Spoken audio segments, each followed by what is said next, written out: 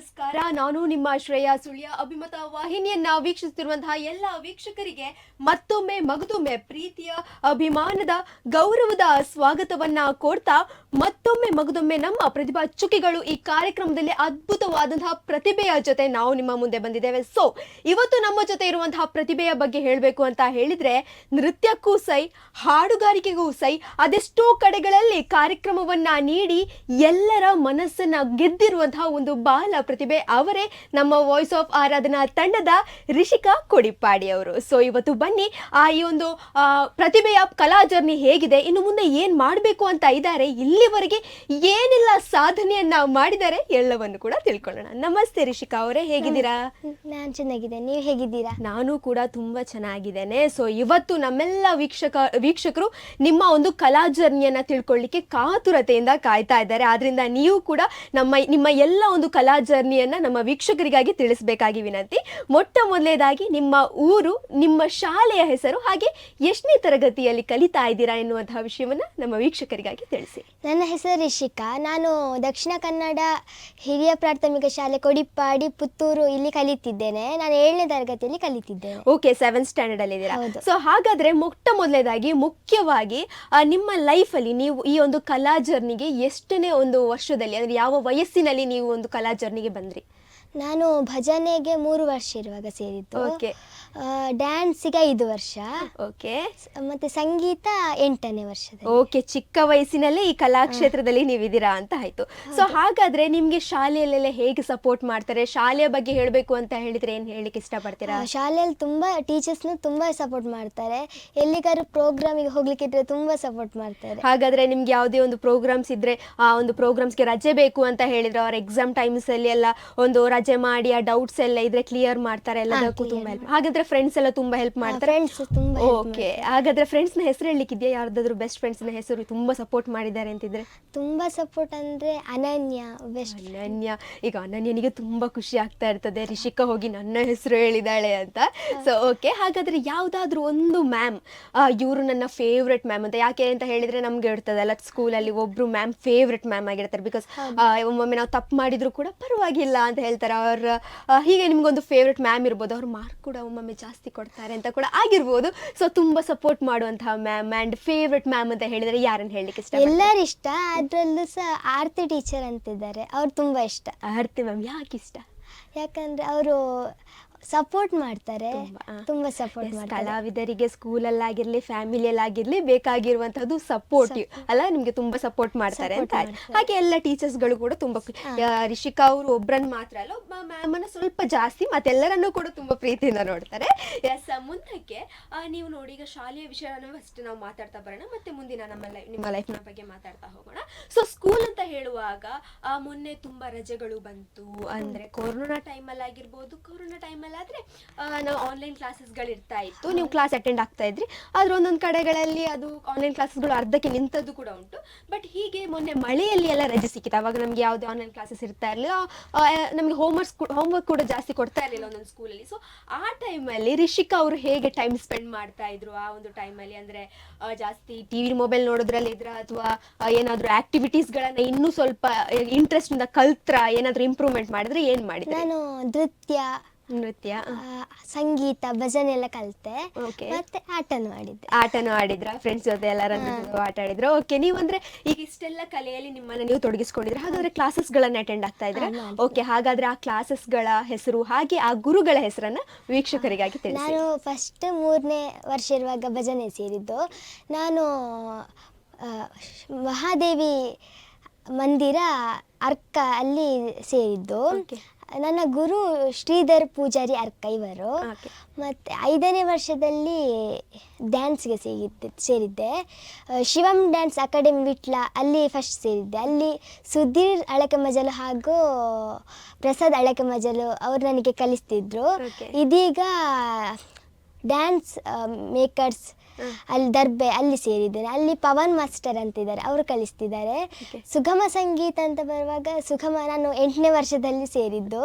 ಸುಗಮ ಸಂಗೀತ ಗಾನಸಿರಿ ಕಲಾ ಕೇಂದ್ರ ಪುತ್ತೂರು ಇಲ್ಲಿ ಸೇರಿದ್ದೆ. ಅಲ್ಲಿ ಡಾಕ್ಟರ್ ಕಿರಣ್ ಕುಮಾರ್ ಸರ್ ಇವರು ಕಲಿಸ್ತಿದ್ದಾರೆ. ಓಕೆ, ಇಷ್ಟು ಚಿಕ್ಕ ಏಜಲ್ಲಿ ಎಜುಕೇಷನ್ ಜೊತೆಗೆ ಇದನ್ನೆಲ್ಲವನ್ನು ಕೂಡ ಮ್ಯಾನೇಜ್ ಮಾಡ್ತೀರಾ ಅಂದರೆ ತುಂಬ ಈಸಿ ಆದಂತಹ ವಿಚಾರ ಅಲ್ಲ. ಆ್ಯಂಡ್ ಗುರುಗಳ ಹೆಸರನ್ನು ಯಾಕೆ ಹೇಳ್ತೇವೆ ಅಂತ ಹೇಳಿದರೆ, ನಾವು ಯಾವುದೇ ಒಂದು ಸಾಧನೆಯನ್ನು ಮಾಡ್ತಾ ಬಂದರೂ ಕೂಡ ಈಗ ನೋಡ್ಬೋದು, ಯಾವುದೇ ಒಂದು ನಾವು ಸಿಂಗರ್ ಆದ್ವಿ ಆರ್ ಡ್ಯಾನ್ಸರ್ ಆದ್ವಿ ಅಂತ ಹೇಳಿದ್ರು, ನಮ್ಮ ಗುರುಗಳು ನಮಗೆ ಕಳಿಸಿದ ಪಾಠದಿಂದ ಅವರ ಒಂದು ಸೂಚನೆಯ ಮೂಲಕ ನಾವು ಮುಂದೆ ಬಂದಿರ್ತೇವೆ.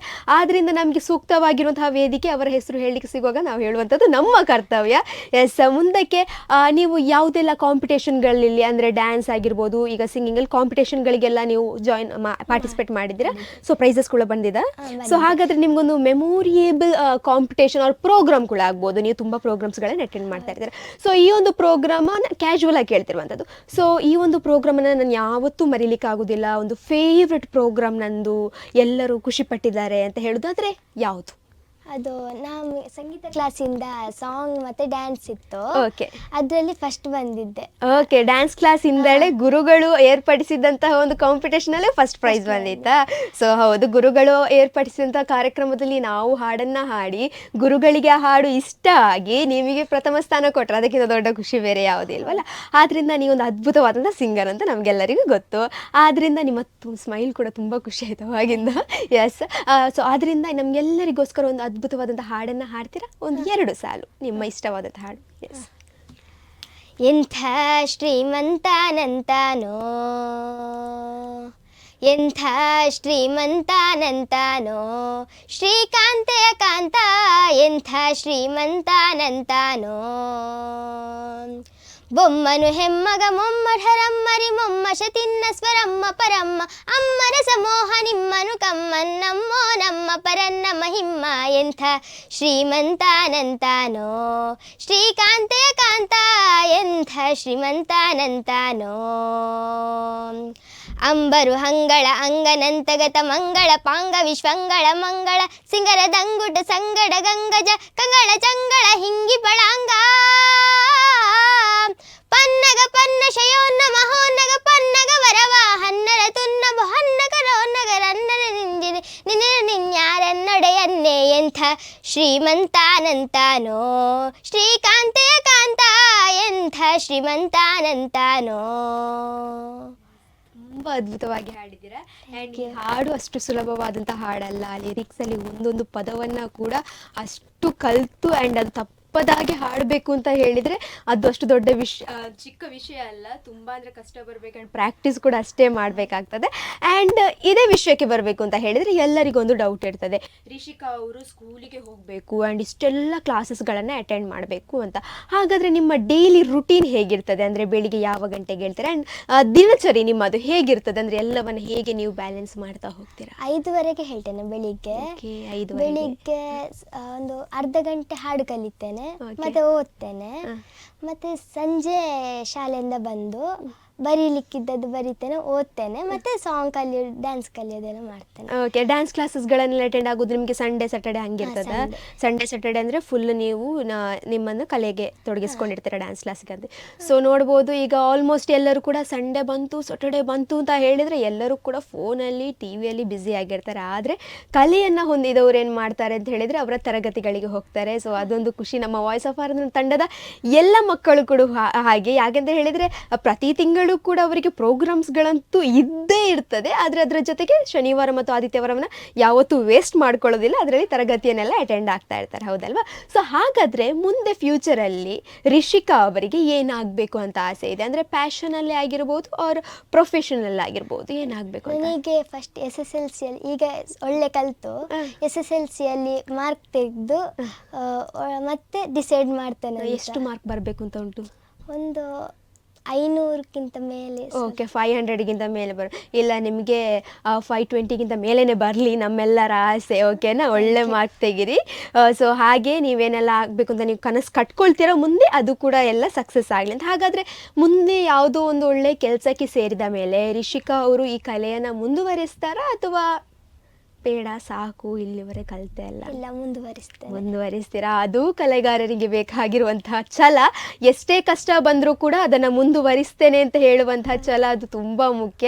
ಆ್ಯಂಡ್ ದೊಡ್ಡವರಿಗಿಂತಲೂ ಅದು ಚಿಕ್ಕವರಿಗೆ ಆ ಮನಸ್ಸಲ್ಲಿ ಇರ್ತದಲ್ಲ. ಸೊ ಎಷ್ಟೋ ಜನರಿಗೆ ಅಯ್ಯೋ ಯಾಕಪ್ಪ, ಯಾರು ಕಲಿತಾರೆ, ಯಾರು ಪ್ರಾಕ್ಟೀಸ್ ಮಾಡ್ತಾರೆ ಅಂತ ಇರ್ತದೆ. ಆದರೆ ನಿಮ್ಮ ಮನಸ್ಸಲ್ಲಿ ಇಲ್ಲ, ನಾನು ಕಂಟಿನ್ಯೂ ಮಾಡ್ತೇನೆ ಅಂತ ಹೇಳಿದ್ರಲ್ಲ. ಸೊ ಅದು ತುಂಬ ಖುಷಿ ಆಯಿತು. ಆ್ಯಂಡ್ ಮುಂದಕ್ಕೆ ಸೊ ನಾವು ಸ್ಕೂಲ್ನ ಬಗ್ಗೆ ಕೇಳಿದ್ವಿ, ಫ್ರೆಂಡ್ಸ್ನ ಬಗ್ಗೆ ಕೇಳಿದ್ವಿ. ಆದರೆ ಇದಕ್ಕೆಲ್ಲದಕ್ಕಿಂತ ಮೊದಲನೇದಾಗಿ ಬೇಕಾಗಿರುವಂಥದ್ದು ಸಪೋರ್ಟು ನಮ್ಮ ಪೇರೆಂಟ್ಸ್ ಅವರದಲ್ವಾ. ಸೊ ಹಾಗಾದರೆ ನಿಮ್ಮ ತಂದೆ ತಾಯಿಯ ಹೆಸರು ಹೇಳಿ, ಅಣ್ಣ ತಂಗಿ ಯಾರಾದರೂ ಇದ್ರೆ ಅವರ ಹೆಸರು ಹೇಳಿ. ಯಾರು ನಿಮಗೆ ತುಂಬ ಸಪೋರ್ಟ್ ಮಾಡ್ತಾರೆ ಮನೆಯಲ್ಲಿ? ತಂದೆ ಹೆಸರು ರಮೇಶ್, ತಾಯಿಯ ಹೆಸರು ರೇಷ್ಮಾ, ಅಣ್ಣನ ಹೆಸರು ಮೌನಿಕ. ನನಗೆ ತಂದೆ ತಾಯಿ ತುಂಬ ಸಪೋರ್ಟ್ ಮಾಡ್ತಾರೆ. ಹಾಗೆ ಫ್ಯಾಮಿಲಿ ಅಂತ ಬರುವಾಗ ಅಜ್ಜಿ, ಅಣ್ಣ, ಮಾವ ಮತ್ತು ಎಲ್ಲ ಫ್ಯಾಮಿಲಿ ಮೆಂಬರ್ಸ್ ಅಂತ ಬರುವ ನನ್ನ ಮಾವ ಅಂತ ಇದ್ದಾರೆ, ಸುಮಂತ್ ಅಂತ. ಅವರು ನನಗೆ ಹಾಡು ಡ್ಯಾನ್ಸ್ ಕಲೀಲಿಕ್ಕೋಸ್ಕರ ಮೊಬೈಲ್ ತೆಗೆದು ಕೊಟ್ಟಿದ್ದಾರೆ. ಹಾಗೆ ಎಲ್ಲಿಯಾದರೂ ಡ್ಯಾನ್ಸ್ ಎಲ್ಲ ಇದ್ದರೆ ಕರ್ಕೊಂಡು ಹೋಗಿ ಬರ್ತಾರೆ. ಅಂದ್ರೆ ಅವರು ತುಂಬಾ ಹೆಲ್ಪ್ ಮಾಡ್ತಾರೆ. ತುಂಬಾ ಈ ಸಂದರ್ಭದಲ್ಲಿ ನಿಮಗೆ ಟೀಚರ್ಸ್ ಅವರು ತುಂಬಾ ಸಪೋರ್ಟ್ ಮಾಡ್ತಾ ಇದ್ದಾರೆ, ಮನೆಯವರು. ಅದರಲ್ಲಿ ತಂದೆ ತಾಯಿಯನ್ನು ಹೊರತುಪಡಿಸಿ ನಿಮ್ಮ ಮಾವ ನಿಮಗೋಸ್ಕರ, ಕಲೆಗೋಸ್ಕರ ನಿಮಗೆ ಮೊಬೈಲ್ ತೆಗೆದು ಕೊಟ್ಟಿದ್ದಾರೆ ಅಂತ ಹೇಳಿದ್ರೆ ಈ ಒಂದು ಟೈಮಲ್ಲಿ ಅದು ತುಂಬಾ ರೇರ್. ಆದ್ರಿಂದ ನೀವು ತುಂಬಾ ಲಕ್ಕಿ ಅಂತ ಆಗ್ಬೋದು. ಆ್ಯಂಡ್ ಅಷ್ಟು ಅವ್ರು ನಿಮ್ಗೆ ಹೆಲ್ಪ್ ಮಾಡಿದ್ದಕ್ಕೆ ಈ ಒಂದು ಕಾರ್ಯಕ್ರಮದಲ್ಲಿ ಅವರ ಹೆಸರನ್ನು ಹೇಳಿದ್ರೆ ಅವರಿಗೆ ತುಂಬಾ ಖುಷಿ ಆಗ್ತಾ ಇರ್ತದೆ ಈ ಸಂದರ್ಭದಲ್ಲಿ. ಸೊ ಮುಂದಕ್ಕೆ ಏನಂತ ಹೇಳಿದ್ರೆ, ಸೊ ನಮ್ಗೆಲ್ಲರಿಗೂ ಗೊತ್ತಿರುವ ಹಾಗೆ ನಾನು ಒಬ್ಳು ಡಾನ್ಸರ್ ಇವಾಗ, ಹೌದಲ್ವಾ? ಸೊ ನಾನು ಡ್ಯಾನ್ಸರ್ ಆಗಿ ನನಗೆ ನನ್ನ ಲೈಫಲ್ಲಿ ನಾನು ಮೊಟ್ಟ ಮೊದಲನೇದಾಗಿ ಹೋಗಿರುವಂತಹ ಸ್ಟೇಜ್ ಅಂತ ಹೇಳಿದರೆ ಅದನ್ನು ನಾನು ಯಾವತ್ತೂ ಕೂಡ ಮರೆಯೋದಿಲ್ಲ. ನನ್ನ ಮನಸ್ಸಲ್ಲಿ ಒಂದಿರ್ತದೆ, ನಾನು ಮೊಟ್ಟ ಮೊದಲನೇದಾಗಿ ಹತ್ತಿದ ಸ್ಟೇಜ್ ಇದು, ಅಲ್ಲಿಂದ ಮೇಲೆ ನನ್ನ ಕಲಾ ಜರ್ನಿ ಶುರು ಆಯಿತು ಅಂತ. ಆದ್ದರಿಂದ ರಿಷಿಕಾ ಅವರಿಗೆ ಮೊಟ್ಟ ಮೊದಲನೇ ಸ್ಟೇಜ್ ಅಂತ ಹೇಳಿದರೆ ಯಾವುದು, ನಾನು ಯಾವತ್ತೂ ಮರೆಯೋದಿಲ್ಲ. ಇಲ್ಲಿ ನನಗೆ ಫಸ್ಟ್ ಆಪರ್ಚುನಿಟಿ ಸಿಕ್ಕಿತ್ತು ಅಂತ. ಆದರೆ ನಿಮಗೆ ಆಪರ್ಚುನಿಟಿ ಕೊಟ್ಟವರ ಹೆಸರು ನೆನಪಿದ್ರು ಕೂಡ ಹೇಳ್ಬೋದು, ಅವರ ಆ ಸ್ಟೇಜ್, ಆ ಸ್ಥಳದ ಹೆಸರು ಅಂತ ತಿಳಿಸಿ. ನಾನು ಚಿಕ್ಕಿರುವಾಗದಿಂದಲೇ ಭಜನೆ ಸೇರಿದ ಕಾರಣ ಭಜನೆಯಲ್ಲೇ ಹೋದೆ, ಮಹಾದೇವಿ ಭಜನಾ ಮಂದಿರ ಅಲ್ಲೇ ಇದ್ದೆ. ಅಲ್ಲಿ ನನಗೆ ಕೊಟ್ಟದಂದ್ರೆ ಶ್ರೀಧರ್ ಪೂಜಾರಿ ಅರ್ಕ ಅವ್ರು ತುಂಬಾ ಸಪೋರ್ಟ್ ಮಾಡ್ತಾರೆ. ಹೌದಾ? ಸೊ ಅವರು ಅಂದ್ರೆ ಈಗ ನಿಮಗೆ ಆದಷ್ಟು ಯಾರಿಗೂ ಕೂಡ ಹೆಸರು ನೆನಪಿರುವುದಿಲ್ಲ, ಆದ್ರೆ ನಿಮಗೆ ಆಪರ್ಚುನಿಟಿ ಕೊಟ್ಟ ತಂಡ ಆ್ಯಂಡ್ ಟೀಮ್ ಈಗಲೂ ಕೂಡ ಜೊತೆಯಲ್ಲೇ ಇದ್ದಾರೆ ಅಂತ ಹೇಳಿದ್ರೆ ತುಂಬ ಖುಷಿಯಾದಂತಹ ವಿಚಾರ. ಆ್ಯಂಡ್ ಮುಂದಕ್ಕೆ ಹೇಳಬೇಕು ಅಂತ ಹೇಳಿದರೆ, ಭಜನೆಯಲ್ಲಿ ಹೆಚ್ಚಿನ ಜನಕ್ಕೆ ಇಂಟ್ರೆಸ್ಟ್ ಬರುವುದಿಲ್ಲ, ಆದರೆ ನಿಮಗೆ ಹೇಗೆ ಭಜನೆಯಲ್ಲಿ ಇಂಟ್ರೆಸ್ಟ್ ಬಂತು? ನನಗೆ ಚಿಕ್ಕಿರುವಾಗದಿಂದಲೇ ಹೋದ ಕಾರಣ ಅದು ನನಗೆ ಇಷ್ಟ ಆಯಿತು. ಭಜನೆ ಅಂತ ಹೇಳಿದ್ರೆ ಇಷ್ಟ ಆಯ್ತು ನನಗೆ. ಹೌದು, ಸಿಕ್ಕದ್ರಿಂದಲೂ ನಿಮಗೆ ಅದೊಂದು ಖುಷಿ ಅಲ್ವಾ? ಎಸ್, ಯಾವುದೇ ಹಾಡು ಕೇಳಿದ್ರು ಕೂಡ ಭಜನೆಯಲ್ಲಿರುವಂತಹ ಒಂದು ಫೀಲ್ ಅದು ಬೇರೆ ಯಾವುದ್ರಲ್ಲೂ ಸಿಗುವುದಿಲ್ಲ. ಎಸ್, ಅದನ್ನು ಮುಂದುವರಿಸ್ತಾ ಹೋಗಿ. ಆ್ಯಂಡ್ ನಿಮ್ಮೆಲ್ಲ ಇದಕ್ಕೂ ಕೂಡ ಆಲ್ ದಿ ಬೆಸ್ಟ್ ಅಂತ ಹೇಳ್ತೇನೆ. ಆ್ಯಂಡ್ ಮುಂದಕ್ಕೊಂದು ಪ್ರಶ್ನೆ, ರಿಷಿಕಾ ಅವರು ಈಗ ಒಂದು ಕಲಾ ಜರ್ನಿಗೆ ಎಂಟ್ರ್ ಆದರು ಅಂತ ಹೇಳುವಾಗ ಮೂರನೇ ವಯಸ್ಸಲ್ಲಿ ಫಸ್ಟ್ ನೀವು ಕಲಾ ಜರ್ನಿಗೆ ಹೋದ್ರಲ್ವಾ? ಸೊ ಆ ಒಂದು ಸಂದರ್ಭದಲ್ಲಿ ನಿಮಗೆ ಪೇರೆಂಟ್ಸ್ ಕಳಿಸಿದ್ರ ಅಥವಾ ರಿಷಿಕಾ ಅವರೇ ಓನ್ ಆಗಿ ಏನಾದರೂ ಹಾಡುದಂತ ಹಂಗೇನಾದರೂ ಇತ್ತ? ಪೇರೆಂಟ್ಸ್ ಕಳಿಸಿದ್ರು, ಮತ್ತೆ ನನಗೆ ಸಹ ಒಂದು ಇಷ್ಟ ಆಯ್ತು, ಇಂಟ್ರೆಸ್ಟ್ ಇತ್ತ? ಓಕೆ, ಹಾಗಾದ್ರೆ ಇನ್ನೊಂದು ಯಾವ್ದಾರು ಹಾಡು ಹೇಳ್ತೀರಾ? ಎಲ್ಲರೂ ಕಾಯ್ತಾ ಇರ್ತಾರೆ. ಸೊ ಯಾವ್ದಾರು ಎರಡು ಹಾಡು, ಸಾಲಿನ ಹಾಡು ಯಾವುದು? ಓಕೆ. ತಂದನನಿ ತಾನಿ ತಂದನೋ, ತಂದನನಿ ತಾನಿ ತಂದನೋ, ತಂದನನಿ ತಾನಿ ತಂದನ, ತಂದನನಿ ತಾನಿ ತಂದನೋ, ತಂದಾನೋ ತಾನಾನೆನೋ, ಹೊಯ್ ತಾನಿ ತಂದನೋ, ತಂದಾನ ತಾನಾನೆನೋ, ಹೊಯ್ ತಾನಿ ತಂದನೋ, ತಂದಾನ ತಾನಾನೆನೋ. ಹಲುಮಲೆ ಮಾದೇವ ಏಳುಮಲೆ ಮಾದೇವ, ಹಲುಮಲೆ ಮಾದೇವ ಏಳುಮಲೆ ಮಾದೇವ, ಏಳಯ್ಯ ಬೆಳಗಾಯಿತೋ ಹೋ ಮಾದೇವ, ಏಳಯ್ಯ ಬೆಳಗಾಯಿತೋ ಹೋ ಮಾದೇವ, ಏಳಯ್ಯ ಬೆಳಗಾಯಿತು. ಉಗೆ ಉಗೆ ಉಗೆ ಉಗೆ ಉಗೆ ಉಗೆ ಮದೇವ, ಶರಣು ಶರಣು ಮದೇವ, ಉಗೆ ಉಗೆ ಮದೇವ, ಶರಣು ಶರಣು ಮದೇವ. ತುಂಬಾ ಅದ್ಭುತವಾಗಿ ಹಾಡನ್ನ ಹಾಡ್ತಾ ಇದ್ದೀರಾ. ಸೊ ನಿಮ್ಮ ಕಲಾ ಜರ್ನಿಯಲ್ಲಿ ನಿಮ್ಮ ಹಾಡುಗಾರಿಕೆಯ ಒಂದು ಜರ್ನಿ ಆಗಿರ್ಬೋದು ಅಥವಾ ನೃತ್ಯ ಜರ್ನಿ ಯಾವುದೇ ಆಗಿರಲಿ, ಇನ್ನು ಮುಂದಕ್ಕೆ ಕೂಡ ಉನ್ನತವಾದಂತಹ ಸ್ಟೇಜ್ಗೆ ನೀವು ಹೋಗ್ಲಿ ಅಂತ ಹೇಳುವಂಥದ್ದು ನಮ್ಮ ಪರವಾಗಿ, ನಮ್ಮ ವಾಯ್ಸ್ ಆಫ್ ಆರಾಧನಾ ತಂಡದ ಪರವಾಗಿ ಹಾಗೂ ಅಭಿಮತ ವಾಹಿನಿಯ ಪರವಾಗಿ ನಿಮ್ಮ ಜೊತೆ ಕೇಳ್ಕೊಳ್ತಾ ಇದ್ದೇನೆ. ಆಲ್ ದಿ ಬೆಸ್ಟ್ ಅಂತ ಹೇಳ್ತಾ ಇದ್ದೇನೆ. ಮುಂದಕ್ಕೆ ನಿಮಗೊಂದು ಇಷ್ಟು ಅದ್ಭುತವಾದಂತಹ ವೇದಿಕೆ ಸಿಕ್ಕಿದೆ ಅಂಡ್ ಅದೆಷ್ಟೋ ಜನ ವೀಕ್ಷಕರು ನಿಮ್ಮನ್ನ ನೋಡ್ತಾ ಇದ್ದಾರೆ, ನಿಮ್ಮ ಕಲಾ ಜರ್ನಿಯನ್ನ ತಿಳ್ಕೊಳ್ತಾ ಇದ್ದಾರೆ. ರಿಷಿಕಾ ಅವರು ಅವ್ರು ಯಾರು ಅಂತ ಹೇಳುವಂಥದ್ದು ಅವ್ರಿಗೆ ಗೊತ್ತಾಗ್ತದೆ. ಸೊ ಇದಕ್ಕೆ ಮುಖ್ಯವಾದಂತಹ ಕಾರಣ ನಮ್ಮ ವಾಯ್ಸ್ ಆಫ್ ಆರಾಧನಾ ತಂಡ ಹಾಗೂ ಪದ್ಮಶ್ರೀ ಮೇಡಮ್ ಅವರು. ಸೊ ತಂಡದ ಬಗ್ಗೆ ಅಂಡ್ ವಾಯ್ಸ್ ಆಫ್ ಆರಾಧನದ ಪದ್ಮಶ್ರೀ ಮೇಡಮ್ನ ಬಗ್ಗೆ ಏನು ಹೇಳಲಿಕ್ಕೆ ಇಷ್ಟಪಡ್ತೀನಿ? ನಾನು ವಾಯ್ಸ್ ಆಫ್ ಆರಾಧನಾ ತಂಡದ ಹೇಳಬೇಕಂದ್ರೆ, ನಾನಿವತ್ತು ಇಲ್ಲಿಗೆ ಮಕ್ಕಳ ಪ್ರತಿಭಾ ಚುಕ್ಕಿಗಳಿಗೆ ಬರಬೇಕಂದ್ರೆ ಹೇಳಿದರೆ ಅದಕ್ಕೆ ಕಾರಣ ವಾಯ್ಸ್ ಆಫ್ ಆರಾಧನಾ. ನಾನು ಹಲವಾರು ಸ್ಟೇಜಲ್ಲಿ ರಿಷಿಕಾ ಕೊಡಿಪಾಡಿ ಅಂತ ಹೇಳಬೇಕಾದ್ರೆ ಅದಕ್ಕೆ ಕಾರಣ ಈ ತಂಡ ಹಾಗೂ ನನ್ನ ಪ್ರೀತಿಯ ಪದ್ಮಶ್ರೀ ಮೇಡಮ್. ಅವ್ರು ತುಂಬ ಸಪೋರ್ಟ್ ಮಾಡ್ತಾರೆ, ತುಂಬ ಅಂದರೆ ತುಂಬ ಸಪೋರ್ಟ್ ಮಾಡ್ತಾರೆ. ಹಾಗೆಯೇ ಬಸವರಾಜ್ ಮಂತ್ರಿ ಅವರು ಸಹ ತುಂಬ ಸದಾ ನಮ್ಮ ಬೆನ್ನೆಲುಬಾಗಿ ನಿಲ್ತಿದ್ದಾರೆ. ಸೊ ತುಂಬ ಸಪೋರ್ಟ್ ಮಾಡ್ತಾರೆ. ಹಾಗಾಗಿ ಅವರಿಗೆ ಧನ್ಯವಾದಗಳನ್ನು ಹೇಳಲಿಕ್ಕೆ ಇಷ್ಟಪಡ್ತೇನೆ. S, thank you.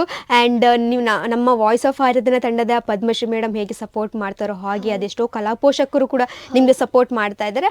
ಆ್ಯಂಡ್ ಅವರಿಗೂ ಕೂಡ ನಿಮ್ಮೆಲ್ಲರ ಪ್ರೀತಿ ಪ್ರೋತ್ಸಾಹದಿಂದ ಅವರಿಗೂ ಕೂಡ ಜೀವನದಲ್ಲಿ ಇನ್ನಷ್ಟು ಸಾಧನೆ ಮಾಡುವಂತ ಅವರು ಕೂಡ ಗುರುತಿಸ್ಕೊಳ್ತಾರೆ. ಯಾಕೆಂತ ಹೇಳಿದರೆ ಅವರು ಸಪೋರ್ಟ್ ಮಾಡಿದ್ರಿಂದ ಇಲ್ಲಿ ಬರುವಂತಹ ಎಲ್ಲ ಪ್ರತಿಭೆಗಳು ಅವರ ಹೆಸರನ್ನು ಹೇಳ್ತಾರೆ. ಆ್ಯಂಡ್ ಅವರಿಗೂ ಕೂಡ ಒಂದು ಖುಷಿಯ ಸಂದರ್ಭ. ಯಾಕೆಂದರೆ ನಮಗೆ ಒಂದು ಅಷ್ಟು ಜಾಸ್ತಿ ಏನು ಕೊಡಲಿಕ್ಕೆ ಆಗುವುದಿಲ್ಲ. ಆದ್ದರಿಂದ ನಾವು ಹೇಳುವಂಥ ಒಂದು 2 ಮಾತುಗಳು ಅವರು ಸಪೋರ್ಟ್ ಮಾಡಿದ್ದಕ್ಕೆ ನಾವು ಹೇಳುವಂತಹ 2 ಮಾತುಗಳು ಅವರಿಗೆ ಒಂದು ದೊಡ್ಡ ಗಿಫ್ಟ್ ಆಗಿರ್ತದೆ. ಆದ್ದರಿಂದ ನಾವು ಇನ್ನೂ ಯಾರ್ದಾದ್ರೂ ಹೆಸರು ಈ ಒಂದು ಕಾರ್ಯಕ್ರಮದಲ್ಲಿ ಹೇಳಬೇಕು ಅಂತ ಇದೆಯಾ? ಇಲ್ಲ ಅಲ್ವಾ? ಸೊ ಆದ್ದರಿಂದ ಇಷ್ಟು ಹೊತ್ತು ನಮ್ಮ ಜೊತೆ ಇದ್ರಿ. ಆ್ಯಂಡ್ ಎಷ್ಟೋ ವೀಕ್ಷಕರು ನಿಮ್ಮ ಕಲಾ ಜರ್ನಿಯನ್ನು ನೋಡ್ತಾ ಇದ್ರು. ಆದ್ದರಿಂದ ಕೊನೆಯದಾಗಿ ಈ ಒಂದು ಕಾರ್ಯಕ್ರಮದಲ್ಲಿ ಅದೆಷ್ಟೋ ಪೇರೆಂಟ್ಸ್ ನೋಡ್ತಾ ಇರ್ತಾರೆ, ಅವ್ರ ಎಷ್ಟೋ ಮಕ್ಕಳು ನೋಡ್ತಾ ಇರ್ತಾರೆ. ನೀವು ಪೇರೆಂಟ್ಸ್ಗಾದ್ರೂ ಹೇಳ್ಬೋದು, ಅವರ ಮಕ್ಕಳಿಗಾದ್ರೂ ಏನಾದರೂ ಕಿವಿ ಮಾತನ್ನ ಹೇಳಬೇಕು ಅಂತ ಇದ್ರೆ ಒಂದು ಕಲಾವಿದೆಯಾಗಿ ಏನಾದರೂ ಹೇಳಲಿಕ್ಕಿದ್ರೆ ಹೇಳ್ಬೋದು. ನನಗೋಸ್ಕರ ಅಂತ ಹೇಳಿದ್ರೆ ಎಲ್ಲ ಪ್ರತಿಭೆಗಳಿಗೋಸ್ಕರ ನೋಡ್ತಿರೋರಿಗೆ ಧನ್ಯವಾದ ಹೇಳಲಿಕ್ಕೆ ಇಷ್ಟಪಡ್ತೀರಾ? Okay, thank you so much. ಇಲ್ಲಿವರೆಗೆ ಅದೆಷ್ಟೋ ಕಾರ್ಯಕ್ರಮಗಳನ್ನು ನೀಡಿದ್ದೀರಾ, ಅದೆಷ್ಟೋ ಕಾಂಪಿಟೇಷನ್ಸ್ಗಳಿಗೆ ಹೋಗಿದ್ದೀರಾ ಆ್ಯಂಡ್ ಪ್ರೈಸಸ್ಗಳನ್ನು ಕೂಡ ಪಡೆದಿದ್ದೀರಾ. ಆದ್ದರಿಂದ ಇನ್ನು ಮುಂದಕ್ಕೂ ಕೂಡ ಉನ್ನತವಾದಂತಹ ವೇದಿಕೆಗಳು ನಿಮಗೆ ಸಿಗಲಿ, ಇನ್ನಷ್ಟು ಸಾಧನೆ ಮಾಡುವಂತೆ ಆಗಲಿ ಅಂತ ಹೇಳಲಿಕ್ಕೆ ಇಷ್ಟಪಡ್ತೇನೆ. ಆ್ಯಂಡ್ ಇನ್ನು ಮುಂದಕ್ಕೂ ಕೂಡ ಒಂದು ಉನ್ನತವಾದಂಥ ವೇದಿಕೆ ಹೋದ ಮೇಲೆ ಶ್ರೇಯಾ ಸುಳ್ಯನೇ ಮತ್ತೊಮ್ಮೆ ನಿಮ್ಮನ್ನು ಇಂಟರ್ವ್ಯೂ ಮಾಡುವ ಹಾಗೆ ಆಗಲಿ ಅಂತ ಕೇಳ್ಕೊಳ್ತೇನೆ. ಧನ್ಯವಾದ. ಎಸ್, ನೋಡಿದ್ರಲ್ಲ ವೀಕ್ಷಕರೇ, ಇದಾಗಿತ್ತು ನಮ್ಮ ರಿಷಿತಾ ಅವರ ಒಂದು ಅದ್ಭುತವಾದಂತಹ ಕಲಾ ಜರ್ನಿ.